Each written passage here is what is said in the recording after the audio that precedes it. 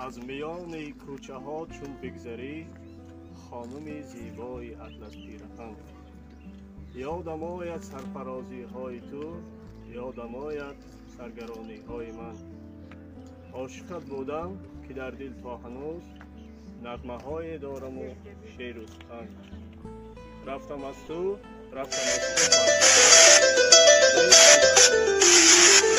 آمدن.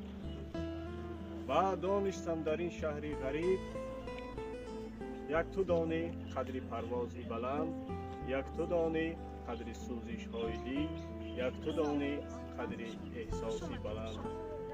بعد دانستم در این شهری شریف یک توی درد آشنای جان من به صد دل عاشقت بودم دریغ، بار دیگر دیر شد عاشق شدم.